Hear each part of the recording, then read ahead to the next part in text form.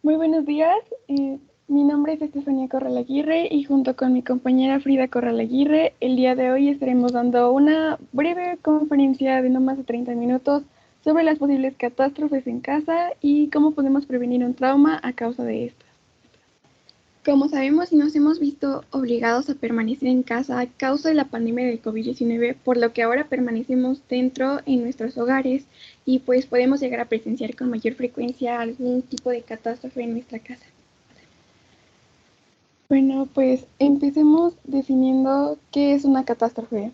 Las catástrofes son situaciones que superan la capacidad local de respuesta, produciendo un número significativo de víctimas. A pesar de su baja frecuencia, su extrema gravedad obliga a todos a estar preparados para enfrentarse rápida y eficientemente a los diferentes tipos de desastre. Y como dato curioso, entre un 30 a un 70% de la población ha sufrido alguno de estos eventos en su casa. Las catástrofes se dividen en dos tipos principalmente, en las generadas por el ser humano y las naturales. Dentro de la primera categoría encontramos a los incendios, las guerras, los actos terroristas y las catástrofes por agentes químicos como lo puede ser eh, los detergentes o el gas. Mientras que en las naturales encontramos las hidrometeorológicas como las tormentas, los huracanes o las inundaciones, las geofísicas como son los terremotos, las erupciones o los tsunamis, y las biológicas como enfermedades epidémicas o hambrunas.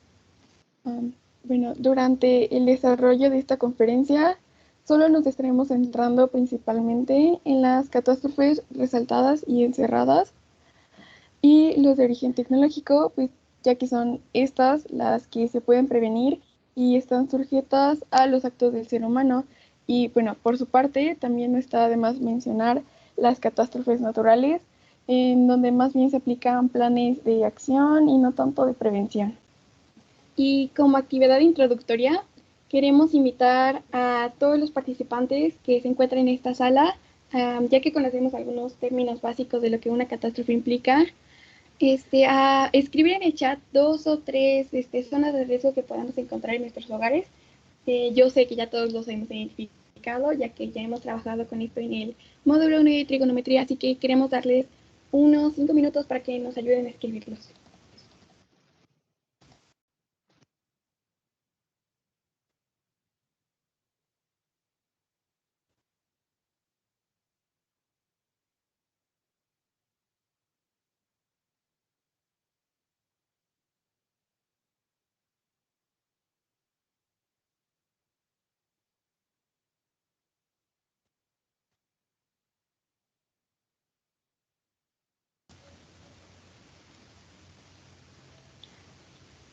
Um, bueno, serían tan amables de, no sé, como actividad, cada quien escribir dos zonas de riesgo que hay en su hogar.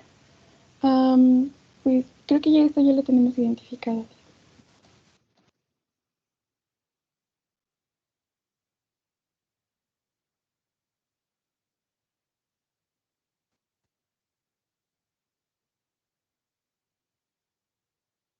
Es que creo que no está activado el chat.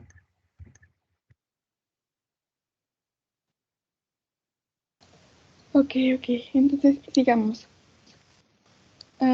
Como se pueden dar cuenta, la mayoría de nosotros sabe, bueno, ok, estas zonas de riesgo, bueno, no solo producen daños físicos, económicos, sociales o políticos, sino que también se generan daños psicológicos en las personas que los presencian, especialmente nosotros los adolescentes, bueno, los cuales nos encontramos en una etapa de desarrollo psicoemocional, donde todavía dependemos en gran parte de nuestros padres para satisfacer nuestras necesidades básicas, por lo que en una catástrofe el salir de nuestro hogar podría ser algo un tanto complicado.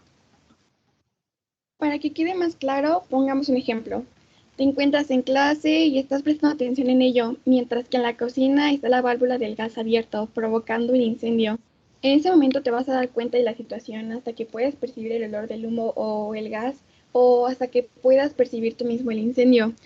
Si corres con suerte, puede que hayas detectado antes de que el incendio se propagara, sin causar daños menores, pero hay que tener en cuenta que una situación imprevista puede tomar, no siempre se puede tomar acciones físicas al instante para frenar el catástrofe y esto puede generar estrés y ansiedad al instante, resultando en un incidente de mayor escala.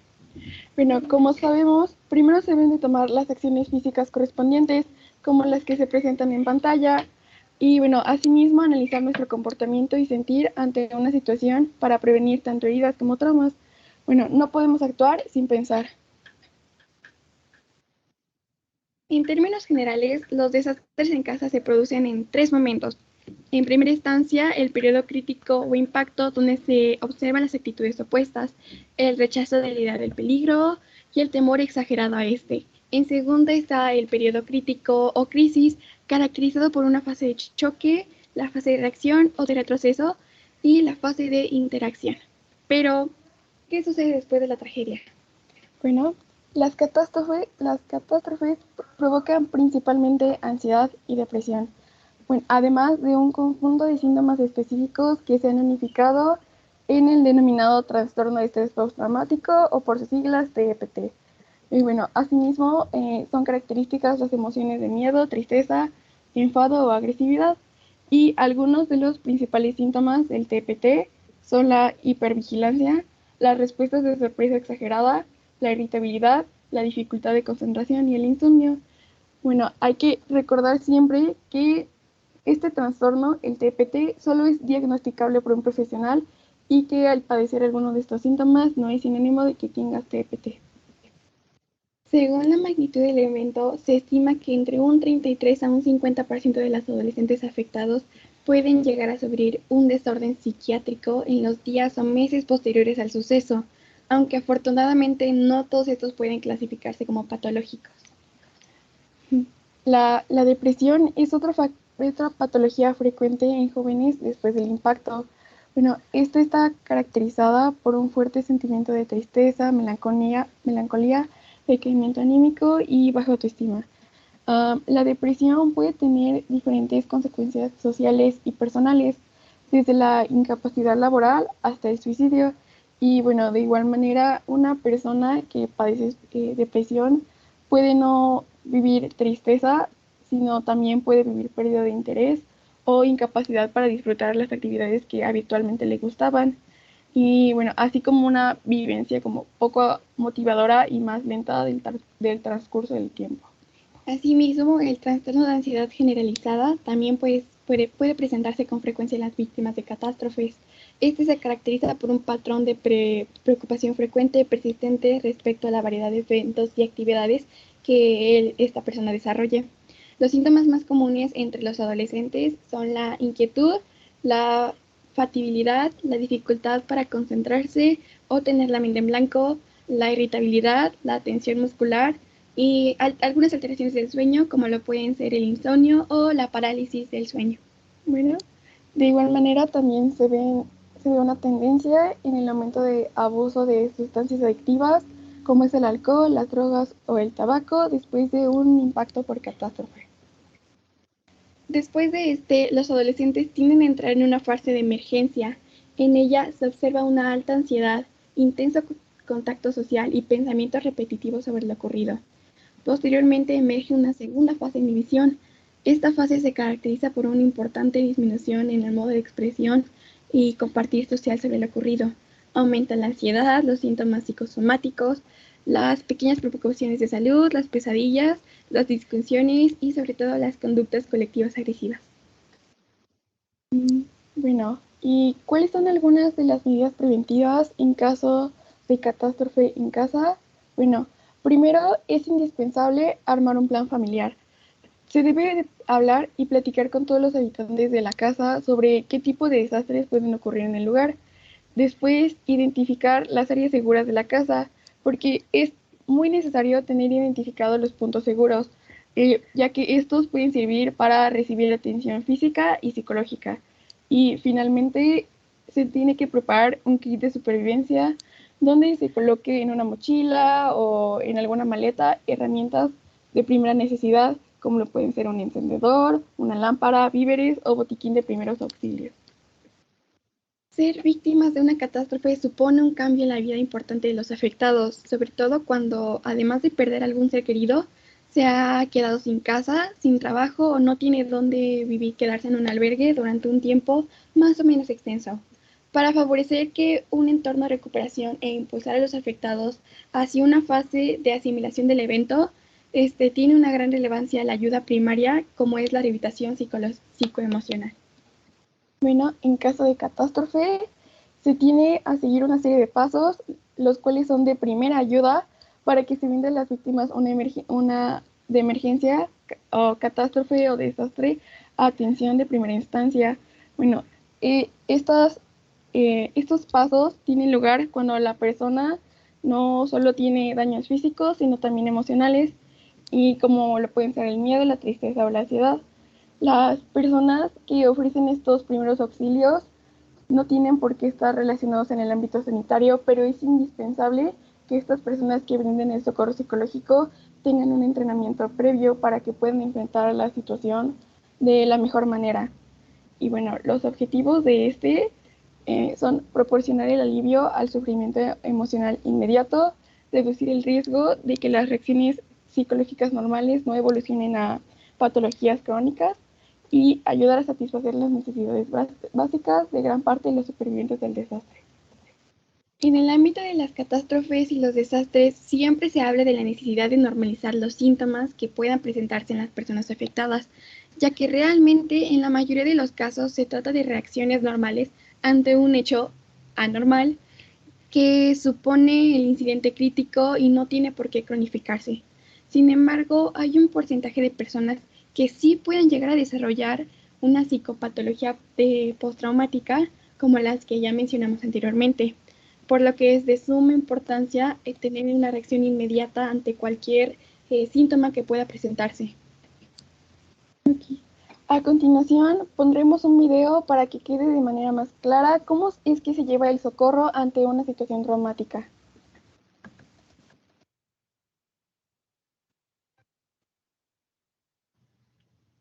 Hola a todos. En este objeto virtual de aprendizaje vamos a trabajar todo lo que tiene que ver con intervención en crisis y primeros auxilios psicológicos. Tendremos derroteros específicos de qué hacer antes, durante y después de una situación de estas. Los primeros auxilios psicológicos se definen como la atención directa que se le genera a cualquier consultante en un estado de alteración emocional. Esta difiere de la intervención en crisis, la cual es el proceso subyacente a esta primera atención. Por último, estos deben implementarse siempre que se encuentre algún tipo de alteración afectiva o emocional en los consultantes. Existen dos tipos de crisis como tal. Las crisis cotidianas, que son esos eventos frecuentes que pueden afectar o alterar nuestro normal funcionamiento. Por otra parte, están las crisis masivas, que son un poco más infrecuentes y afectan a un gran número de personas, como lo son las catástrofes de orden natural. En esta línea también encontramos dos tipos diferentes de crisis. Las crisis circunstanciales, que son producto de situaciones específicas que se presentan en el contexto del consultante. Estas son diferentes a las crisis del desarrollo, las cuales son propias de alguna etapa específica del desarrollo de la persona como tal. Frente a un proceso de crisis es usual que se presenten los siguientes procesos, como por ejemplo la hiperalerta, la reexperimentación del evento, la evitación a tener contacto con situaciones similares, comportamientos disociativos y un deterioro importante en la capacidad funcional. La intervención en crisis tiene cuatro grandes objetivos. El primero es propiciar una regulación emocional y generar estrategias de afrontamiento en el consultante. Por otra parte, se busca conectar con las personas de una red de apoyo. En tercera medida, se busca proteger al consultante y por último, proteger a terceros de un posible daño secundario.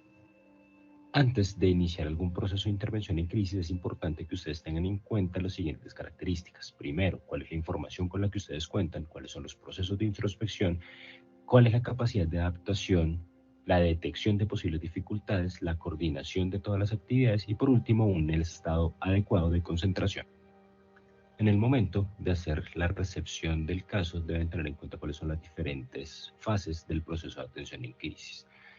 Lo primero que se debe hacer es una evaluación del estado de la crisis, establecer posibles opciones de ejecución, realizar la ejecución de este plan de acción concreto y por último, favorecer el seguimiento.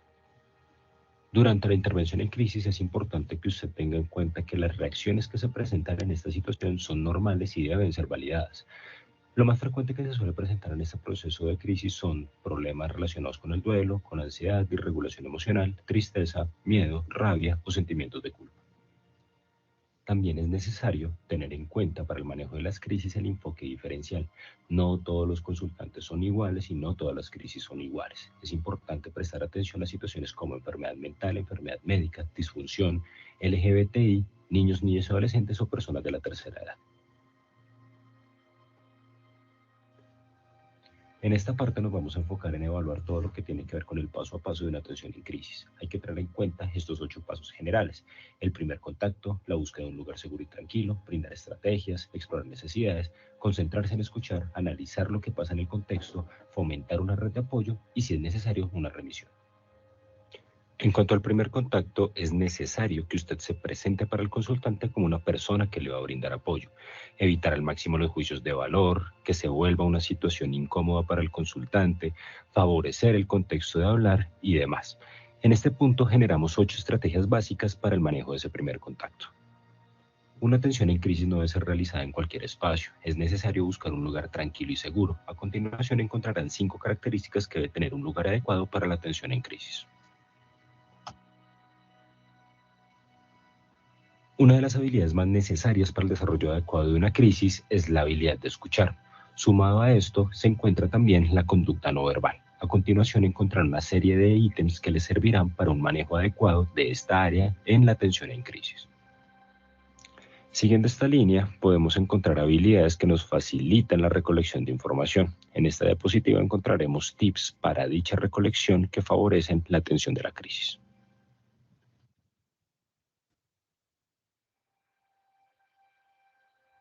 Durante la evaluación de la crisis es necesario tener en cuenta el acrónimo CASIC. Esto implica la evaluación de aspectos conductuales, afectivos, somáticos, interpersonales y cognitivos. Una de las primeras etapas de la atención en crisis implica analizar puntualmente qué fue lo que pasó o cuál fue ese estímulo discriminativo que disparó el malestar. Teniendo en cuenta eso, se presentan una serie de preguntas que favorecerán su recolección de información en esta línea.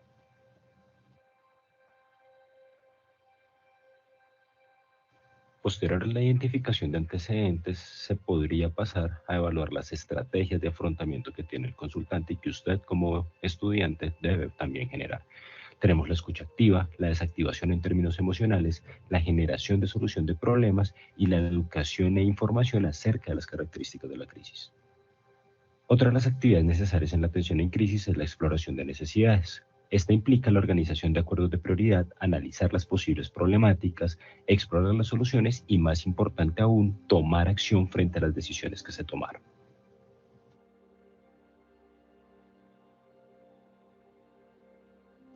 El paso siguiente es activar la red de apoyo del consultante. Es importante tener en cuenta que no siempre los familiares son una red de apoyo adecuada. Podemos contar con amigos, compañeros del trabajo, de la universidad o hasta vecinos, quien en estos casos podrían facilitar la atención y el manejo de la crisis. También, estimado estudiante, es importante que usted sepa hasta qué punto puede ir su intervención. No siempre es nuestra facultad y nuestra competencia poder finalizar con la atención en crisis. En este tipo de casos se hace necesaria también realizar la remisión del consultante a una entidad o un profesional competente. Tenga en cuenta que no solo el consultante puede presentar afectación, usted también puede afectarse después del proceso de intervención y crisis. Puede presentar síntomas como fatiga, irritabilidad, dificultades en la concentración o dificultades en las relaciones interpersonales. En estos casos siempre le recomendamos buscar compañía o ayuda de un profesional. Estimado estudiante, para finalizar esta hora de atención en crisis, queremos recalcar en la importancia de su autocuidado como terapeuta. Si llega a presentar alguna de las afectaciones mencionadas o vistas en la OVA como tal, busque la colaboración del supervisor o del personal del CPC, que siempre estará presto a colaborarle.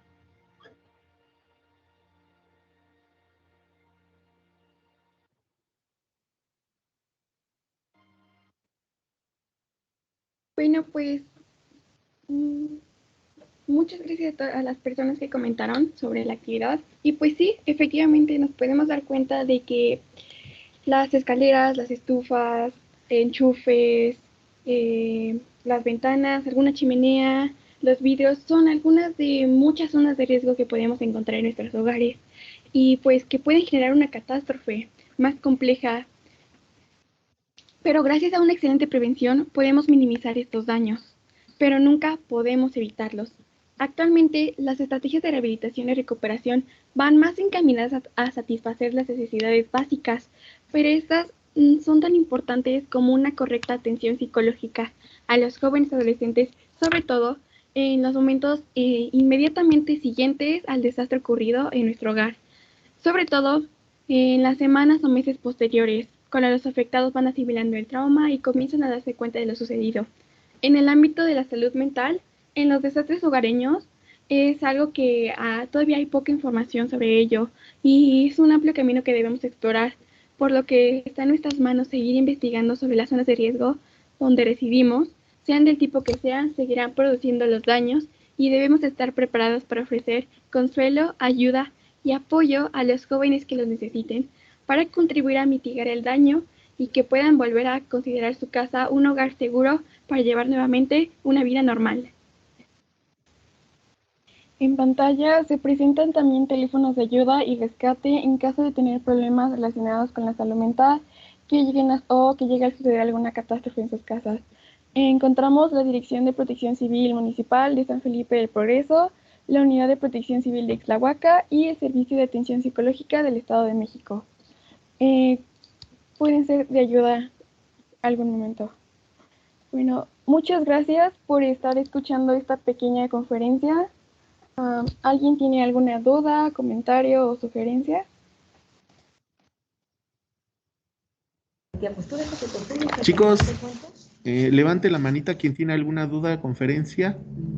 Sí, ¿qué hacemos este año? ¿Nadie? Bueno, pues agradecemos mucho su apoyo y su asistencia. Recuerden que aquí en el plantel también tenemos un consultorio psicológico referente a lo que comentaban sus compañeras.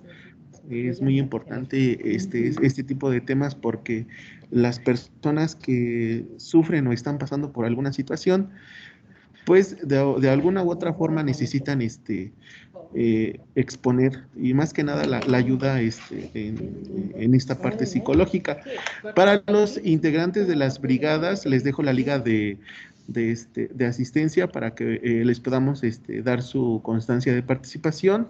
Agradecemos al maestro David por prestarnos este tiempo al grupo 304. Voy a dejar de grabar y muchas gracias Estefanía y Frida. Saludos chicas, nos vemos, gracias. Excelente día, muchas gracias. Gracias.